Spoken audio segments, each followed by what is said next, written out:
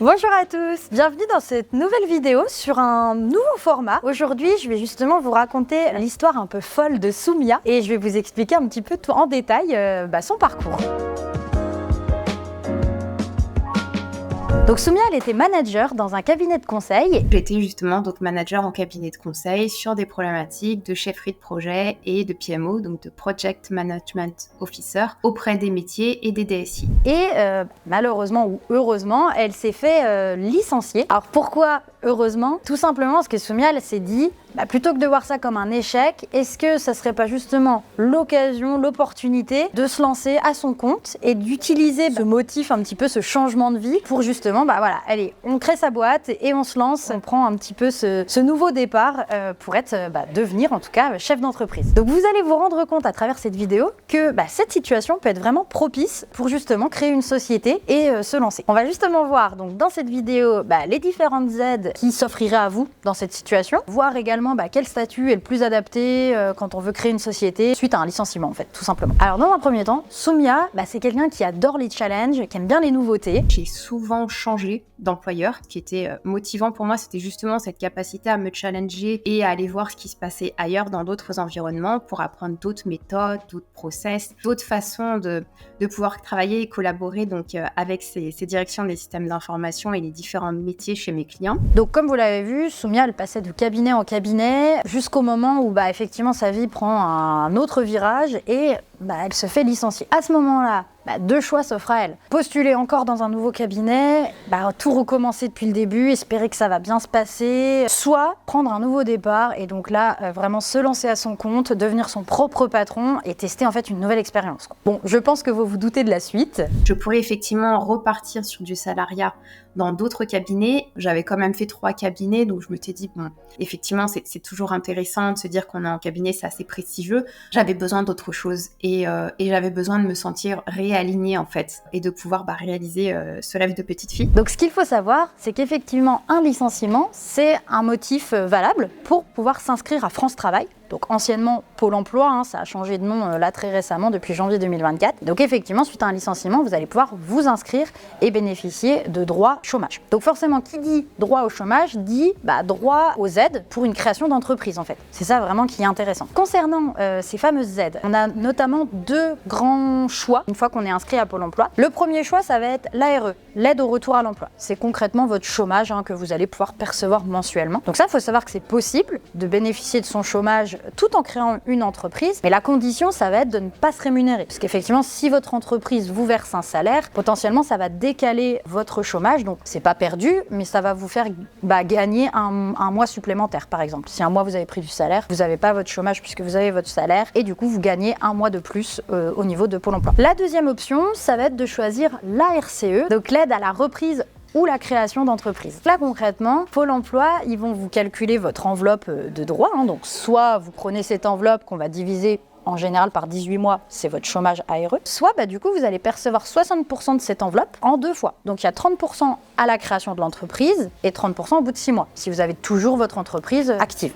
Tout simplement. Donc ça peut être vraiment super si vous avez des gros investissements à faire au démarrage. Votre activité va générer pas mal d'investissements, donc ça peut être un coup de pouce pour pouvoir se lancer. C'est vraiment fait pour ça. Ça peut être aussi choisi pour certains entrepreneurs qui choisissent la RCE parce que le chômage mensuel, c'est c'est trop faible en fait pour pouvoir vivre. Des fois, il y a quand même un écart entre son ancien salaire et le chômage. Donc si on est dans ce cas de figure-là, à la limite, on peut prendre la RCE et du coup commencer à prendre du salaire en parallèle. Ça peut aussi être une option. Ce qu'il faut juste avoir en tête, c'est que la RCE, ça va être imposable sur votre impôt perso. Donc faites quand même attention de ne pas voir votre imposition exploser l'année où vous avez perçu la RCE. Parce qu'en général, vous aurez l'indemnité de sortie de votre emploi, plus la RCE, donc plus le salaire si vous en prenez. Donc ça risque de faire beaucoup. Donc voilà, c'est juste un petit calcul à faire pour être sûr de faire le bon choix. Donc pour avoir la RCE, de Pôle emploi, il y a une condition quand même, c'est d'avoir l'ACRE. C'est pratiquement le même acronyme, mais on a inversé 2 mots. Donc là, ça va être l'aide à la création et reprise ou reprise d'entreprise. Donc là, cette aide-là, elle est accordée par l'URSSAF. Donc c'est pas par Pôle emploi, c'est vraiment par l'URSSAF, qui est l'organisme de la sécurité sociale. Et donc là, en général, tous les entrepreneurs ont droit à l'ACRE, c'est versé automatiquement. Je fais une petite parenthèse pour ceux qui se lanceraient en auto-entreprise, là, vous avez vraiment un formulaire à remplir avec des conditions pour l'obtenir. Mais si vous vous lancez en tant que président de SASU ou gérant de URL, ça sera automatiquement accordé, à condition de ne pas déjà en avoir bénéficié dans les 3 dernières années. C'est juste ça, si vous aviez déjà créé une structure dans les 3 dernières années avec l'ACRE, on ne pourra pas l'avoir à nouveau. Mais sinon, vous démarrez avec cette exonération-là. Donc en fait, c'est une réduction des cotisations sociales. C'est-à-dire que si vous prenez du salaire, vous payerez moins cher sur les 12 premiers mois. Voilà, donc en tout cas, cette aide-là, elle est vraiment indispensable si vous choisissez la RCE côté Pôle emploi. Puisque c'est vrai que moi, j'ai quitté donc, mon dernier employeur via un licenciement. Et donc via cette possibilité-là, vous pouvez percevoir donc, des allocations de retour à l'emploi via Pôle emploi. Donc moi, je bénéficie de ça donc, pendant maintenant 18 mois, puisqu'avant c'était 24 mois et ça a été raccourci. J'ai opté pour l'ARE parce que c'était plus évident pour moi en fait de pouvoir percevoir une allocation chaque mois, donc ça me changeait pas trop par rapport au salaire que je pouvais percevoir. Donc dans son cas, Soumia, elle a effectivement choisi l'ARE, comme ça lui permettait d'avoir 100% de son chômage tous les mois pendant 18 mois. Donc c'est vrai que c'est confortable quand on lance son entreprise, qu'on n'a pas trop de dépenses pour le lancement. Ça permet effectivement de ne pas prendre de salaire, de laisser son entreprise se développer et puis voilà, de percevoir son chômage tous les mois. Il n'y a pas de stress à se dire mince, j'ai pas fait de chiffre d'affaires, je peux pas me payer. Voilà, c'est un petit matelas de sécurité, ça permet d'avoir son chômage qui rentre tous les mois. Mais donc, comme je l'expliquais, si jamais Soumia avait eu besoin d'avoir un capital de départ pour peut-être ouvrir une agence, donc avec un loyer tout de suite à payer, ou investir tout de suite dans du matériel, il y a certaines activités qui nécessitent vraiment de l'achat de matériel qui coûte assez cher, c'est vrai que la RCE aurait pu être une bonne idée. Comme ça, elle aurait eu le financement pour pouvoir payer ce matériel-là. Je le répète, mais c'est important, faire bien attention à votre impôt sur le revenu, parce que si vous prenez cette aide-là et que vous perdez quasiment toute cette aide dans les impôts, ça n'a pas trop d'intérêt. Alors du coup, on a vu dans cette première partie de vidéo toutes les aides auxquelles vous pourriez avoir droit suite à un licenciement pour créer votre entreprise. Maintenant, ce qui reste à voir, c'est surtout le statut juridique, parce que ça, c'est aussi un gros bloc et c'est pas toujours évident de s'y retrouver. Avant de parler du choix que Soumia a fait, il est important pour vous de comprendre un petit peu, vous avez le choix entre quel statut. Donc on en a principalement 3. On a l'auto-entreprise, la SASU ou le URL. Tout à l'heure, je vous expliquais justement que pour avoir l'ARE au niveau de Pôle emploi, c'est important de ne pas déclarer de revenus, parce qu'effectivement, si vous avez un revenu, ça va décaler votre chômage. Donc c'est vraiment ça qu'il faut prendre en compte, parce que on parle pas de la même chose selon les statuts. Par exemple, la micro-entreprise, le salaire, le revenu, c'est votre chiffre d'affaires. Concrètement, l'argent que vous facturez à vos clients, le chiffre d'affaires que vous allez encaisser sur votre compte bancaire, c'est un peu ça votre salaire brut, si vous voulez. Puisque là-dessus, on va payer des charges URSSAF, et on va payer des impôts sur le revenu. Donc automatiquement, dès que vous avez du chiffre d'affaires en auto-entreprise, ça va forcément être à déclarer à Pôle emploi et donc ça va repousser votre ARE. Donc il faut bien l'avoir en tête, après c'est un choix, chacun fait comme il le sent. Mais en tout cas, sur une micro-entreprise, si vous voulez pas être embêté avec ce chômage qui se décale, pourquoi pas opter pour la RCE. Comme ça, vous avez vos 60% d'aide à la création de votre micro-entreprise et après vous pouvez encaisser votre chiffre d'affaires au fil de l'eau. Généralement, quand on veut les ARE, nous c'est vrai qu'on conseille souvent la SASU, puisque la SASU, en fait, ça permet, tant qu'on ne prend pas de salaire, il n'y a pas de fiche de paye à établir et donc il n'y a pas d'URSSAF à payer. Donc c'est vraiment ça l'intérêt. Si on a une durée assez longue au niveau de vos droits chômage, si vous avez 18 mois, c'est vrai que ça peut être pas mal. Comme ça, pendant 1 an et demi, on ne paye pas d'URSSAF, on perçoit vraiment son chômage tous les mois et à la fin de vos droits Pôle emploi, souvent, ce qu'on peut avoir, c'est récupérer l'argent que la société a généré en format dividende. C'est une imposition qui est plus faible que du salaire sur la SASU, donc ça peut être une bonne solution. Je vous ai parlé du dernier statut qui était l'EURL. Il faut savoir que c'est tout à fait possible en EURL de ne pas prendre de salaire et donc de percevoir son chômage. La petite différence avec la SASU, c'est que là, on va quand même devoir payer de l'URSSAF. C'est-à-dire qu'il y a un forfait minimum à payer.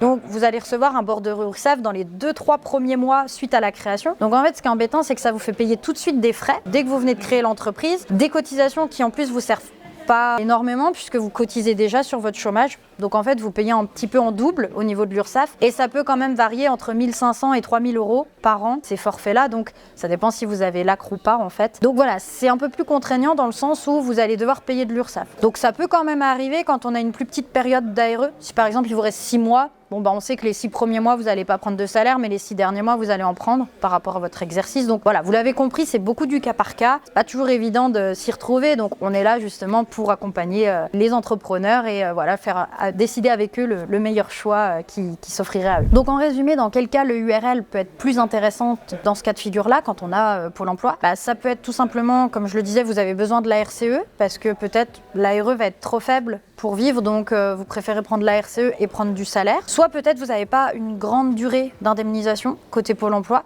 C'est vrai que si vous avez moins d'un an de Pôle emploi, peut-être que c'est intéressant de démarrer directement en EURL. Parce qu'il faut savoir qu'on peut démarrer en SASU pendant les 18 mois d'ARE, mais après de transformer en EURL. L'EURL, elle a des grands avantages concernant la rémunération, puisque quand on prend du salaire, ça coûte moins cher en EURL qu'en SASU. Vraiment, il n'y a pas un statut qui est mieux que l'autre, hein. C'est du cas par cas, ça dépend de ce que vous avez besoin. Voilà, il n'y a pas un choix ultime à faire entre les deux, hein. C'est souvent des statuts qui, c'est pas figé dans le marbre, ça va être souvent amené à être évolué. Ça dépend juste de la période dans laquelle vous vous situez. Donc moi, j'ai opté pour la SASU parce que justement, ça permet d'être toujours assimilé salarié et notamment de pouvoir être toujours affilié au régime de sécurité sociale. En vrai, c'est la forme juridique la plus flexible et la plus simple. J'avais fait un comparatif des différentes formes juridiques, mais je voulais y aller progressivement. Et donc la SASU, pour moi, était le meilleur choix, justement parce que toujours affilié à ce régime de salarié et toujours affilié à la sécurité sociale.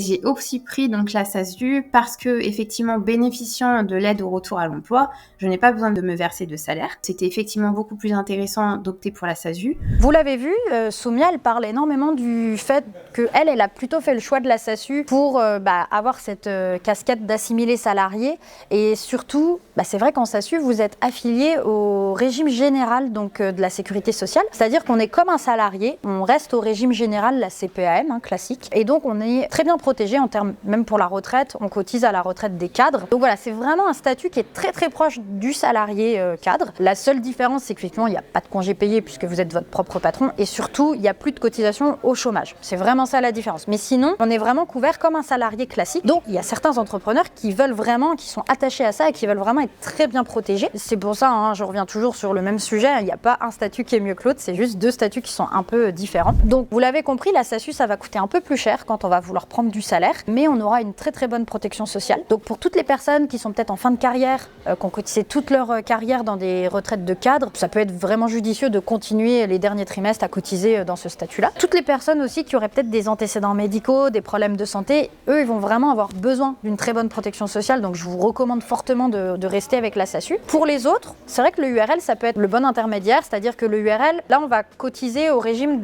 de la sécurité sociale des indépendants. C'est le régime des travailleurs non salariés. Donc là, c'est vraiment différent, c'est un autre régime. On va vraiment cotiser chez les indépendants. Donc au niveau de la sécurité sociale, au niveau de la partie maladie, ça va être à peu près similaire, puisqu'il y a eu quelques nouveautés ces dernières années. Par contre, au niveau de la retraite, ça va être vraiment différent. Donc ce qui est important sur le URL, c'est que ça coûte moins cher quand on prend du salaire, mais on est un peu moins bien protégé. Donc ça, on peut pallier à ça. On n'est pas en train de dire que la protection sociale, c'est pas important. Au contraire, la protection sociale, c'est hyper important parce qu'on n'est pas à l'abri de tomber malade ou d'avoir un accident qui nous empêcherait de travailler pendant plusieurs mois. Quand on est en EURL, ce qui est important, c'est certes, on va payer moins cher quand on va se prendre du salaire, on va payer moins de cotisations URSSAF. Par contre, c'est important de mettre en plus des contrats complémentaires. Donc nous, on recommande par exemple de souscrire à une mutuelle, un contrat de prévoyance et pourquoi pas un contrat retraite complémentaire. Comme ça, avec ces 3 contrats, on est super bien protégé et ça nous coûte quand même un peu moins cher que la SASU. Donc ça permet d'optimiser. Ces contrats complémentaires sont à souscrire auprès d'une compagnie d'assurance privée. Donc forcément, il y a toujours des questionnaires de santé et donc c'est pour cela que si vraiment vous avez au-delà de 55 ans, en général, on commence à arriver dans des contrats qui sont plus chers. Et si vous avez eu des antécédents médicaux ou des problèmes de santé, les compagnies d'assurance risquent de ne pas vous assurer ou alors de vous assurer mais à des tarifs vraiment très chers. Donc c'est pour ça que ça reste encore du cas par cas. La situation perso de chaque individu est totalement différente, donc il faut vraiment faire les choix en fonction de l'entrepreneur et pas... c'est pour ça qu'il n'y a pas de règle généralisée là-dessus, quoi. J'espère que ça vous paraît déjà un peu plus clair entre les différentes aides, le choix du statut. On l'a vu, c'est quand même beaucoup du cas par cas, c'est assez complexe, il faut quand même bien maîtriser et surtout pas oublier un paramètre. Donc c'est pour cette raison que souvent les entrepreneurs font appel à un expert comptable comme nous. Ce qui change beaucoup, c'est toute cette partie-là juridique que je découvre, cette partie-là fiscale, financière, que je ne maîtrisais pas, administrative, que je connaissais pas forcément. Donc c'est plutôt bien parce que finalement ça me challenge. En tout cas moi j'apprécie et ça me permet de découvrir d'autres choses que je ne connaissais pas. Maintenant effectivement c'est primordial d'être bien accompagné.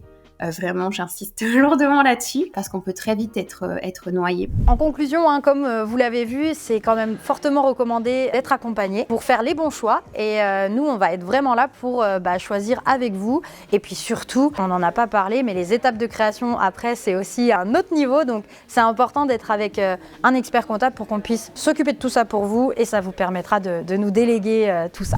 Donc, la création d'entreprise, elle s'est passée très rapidement. En une semaine, c'était réglé. Je suis super contente. Donc, si vous êtes intéressé par notre offre d'accompagnement, je vous laisserai bien sûr nous contacter en cliquant sur le lien qui se trouve juste en dessous de cette vidéo dans la description. Et merci à tous, c'était Laura de l'expertcomptable.com. Bonne journée!